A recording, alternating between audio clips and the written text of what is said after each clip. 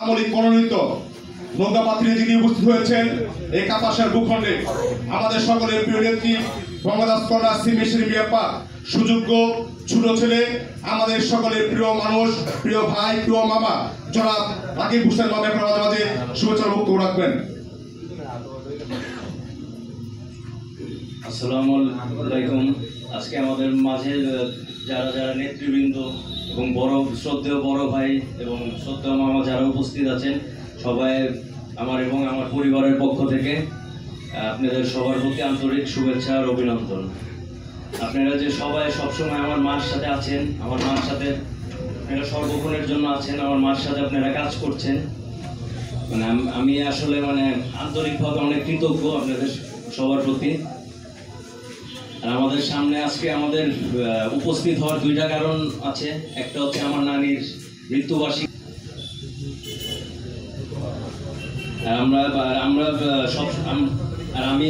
আমি এবং আমার পরিবারের সবাই আপনাদের কাছে দোয়া চাই যাতে আপনারা সবাই মিলে আমার আম্মার সাথে থাকেন, কাজ করেন এবং আমার আম্মাকে আপনারা সবাই বিপুল ভোটে জয়যুক্ত করে আবার ক্ষমতায় নিয়ে আসেন, যাতে আমার আম্মা আপনাদের পাশে থেকে সবসময় কাজ করে যেতে পারে।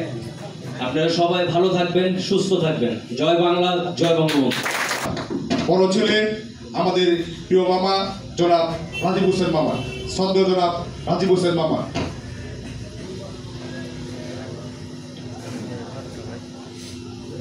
যে এখানে উপস্থিত সকল আওয়ামী লীগ এবং যুবলীগের নেতৃবৃন্দ, আপনারা আসলে কাপাসিয়ার 11টা ইউনিয়ন থেকেই অনেক দূর দূরান্তের থেকে আপনারা একসাথে এসে এখানে উপস্থিত হয়েছেন। অনেকজনকে আসলে আমি চেহারায় চিনি, অনেকে হয়তো আমাদের চেহারায় চিনেন, অনেকে নাও চিনে রাখতে পারেন। তো আসলে আপনাদের এই ইলেকশন, আগামী ইলেকশনকে সামনে কেন্দ্র করে যে দিক নির্দেশনাগুলো আছে সেগুলো আমার মনে হয় রাজীব মামা এবং সাখাওয়াত মামা খুব সুন্দরভাবেই বলেছেন এবং আসলে আমার মনের কথাগুলাই ওনারা আপনার সাথে শেয়ার করে ফেলেছেন। ঠিক আছে, তো আমি আমার ব্যক্তিগত কিছু অভিজ্ঞতা এবং ব্যক্তিগত কিছু অনুরোধ আপনাদের কাছে আমি রাখতে চাচ্ছি। আসলে এই ইলেকশনে মাঠ পর্যায়ে কাজ করতে গিয়ে আমার প্রথমবার যখন আমার মায়ের ইলেকশন ছিল 2012 সালে, উপ ইলেকশন যখন ছিল, তখন সেই দিনগুলোর কথা মনে পড়ে যাচ্ছে এবং আমার এটা স্পষ্ট মনে আছে যখন আমরা মাঠ পর্যায়ে হেঁটে, আপনার গ্রামে গ্রামে হেঁটে, আপনার বাজারে বাজারে হেঁটে যখন সাধারণ জনগণের সাথে এবং নেতাকর্মীদের সাথে আমরা হাত মিলিয়ে কাজ করছিলাম, তখন অনেক প্রশ্ন আসতো। আপনার রাস্তার চাহিদা, বিদ্যুতের চাহিদা, স্বাস্থ্যের চাহিদা, ওই সব নিয়ে আপনার আওয়ামী লীগ এবং আমার মা কী কাজ করে গেছে এটা আপনাদেরকে আসলে আমার বলার কিছু নাই, আপনারই বরঞ্চ আমার থেকে ভালো জানে। কিন্তু একটা জিনিস সাধারণ মানুষ শুধু না, আপনার নেতাকর্মীরাও একটা জিনিস বারবার আমাদেরকে বলতো, দেখো তোমার মা যে ইলেকশন করে চলে যাবে, উনি কি আর আসবে, ওনার কি পরে আর পাওয়া যাইব? এই প্রশ্নটা কিন্তু ওনার সবার মুখে, শুধু সাধারণ মানুষ না, এবং আপনারা যারা আমার সামনে আছেন আপনাদের মাঝেও কিন্তু অনেকেরই এই সন্দেহটা আজকে থেকে 12 বছর আগে ছিল।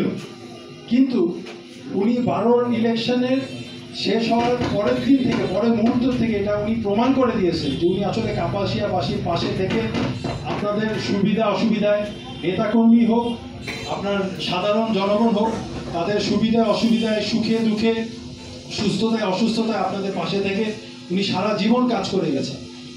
ঠিক আছে, তো এইটা আমার নতুন করে বলার কিছু নাই। আপনারা আমার সামনে যারা বসে আছেন, আপনারাই আসলে আমার মার যে সময়টা দিয়েছে এইটার প্রমাণ। আপনারা নিজেরাই সাক্ষী, ভুল বললাম? আপনারা নিজেরাই সাক্ষী। ঠিক আছে, তো উনি আসলে এইভাবে যে কাজ করে যাচ্ছে এবং আপনার সাধারণ মানুষের জন্য যে কাজ করে যাচ্ছে, ঠিক আছে, একটা এমপির যে দায়িত্ব, সেই দায়িত্বর বাইরে থেকে কাজ করে যাচ্ছে।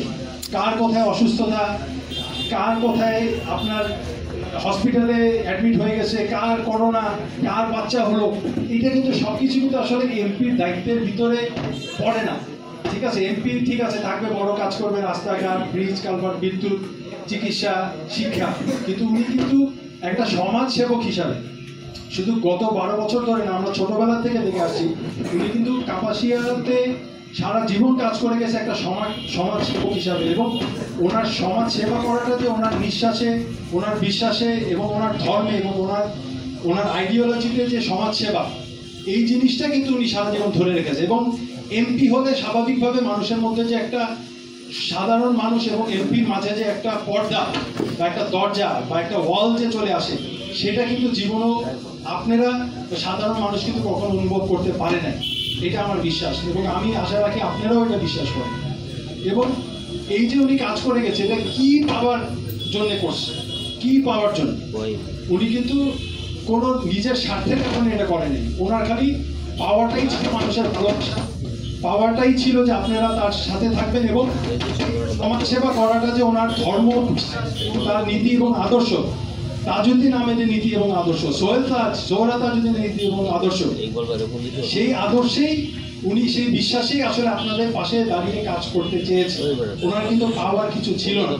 তো আপনাদের কাছে এতটুকুই আমার অনুরোধ যে এই কাপাসিয়াটাকে যদি আপনার ঋণ খেলাপি মুক্ত রাখতে হয়, চোর ডাকাত বাটপাড়ি মুক্ত রাখতে হয়, আপনাদের যুবলীগের পক্ষ থেকে আপনাদের কিন্তু কেন্দ্র কমিটি লেভেল থেকে ধরে, ওয়ার্ড লেভেল থেকে ধরে, থানা level, union level, ward level, গ্রাম পর্যায় থেকে ধরে আপনাদের সবার অগ্রসর হয়ে, এবং মাঠ পর্যায়ে যারা আপনার সাধারণ জনগণ তাদেরকে স্বতঃস্ফূর্তভাবে আপনাদের কিন্তু কেন্দ্রে নিয়ে আসতে হবে।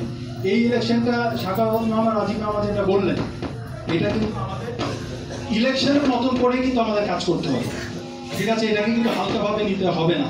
তো আমার মা যতটুকু আপনার জন্য করেছে, এটার জন্য আপনাদের কাছে আমার খালি এতটুকু বিনয় সাহেবের সাথে অনুরোধ যে আপনারা দয়া করে আগামী 15টা দিন কষ্ট করেন। আপনারা কষ্ট করে আসছেন, কিন্তু আপনাদের যে গত 5 বছর 12 বছরের কষ্ট, এইটাই হচ্ছে আপনার এইচএসসি ম্যাট্রিক পরীক্ষা, এবং এই পরীক্ষায় যদি নাম্বার না আসে তাহলে কিন্তু ওই 12 বছরের শ্রমিক শেষ। এবং আপনারা চেষ্টা করবেন, ইনশাআল্লাহ আপনাদের চেষ্টার কারণে বিপুল ভোটে আমার মা আবার জয় করে এসে আপনাদের পাশে কাজ করার। আমি আমার বক্তব্য শেষ করছি। জয় বাংলা, জয় বঙ্গবন্ধু, জয় হোক।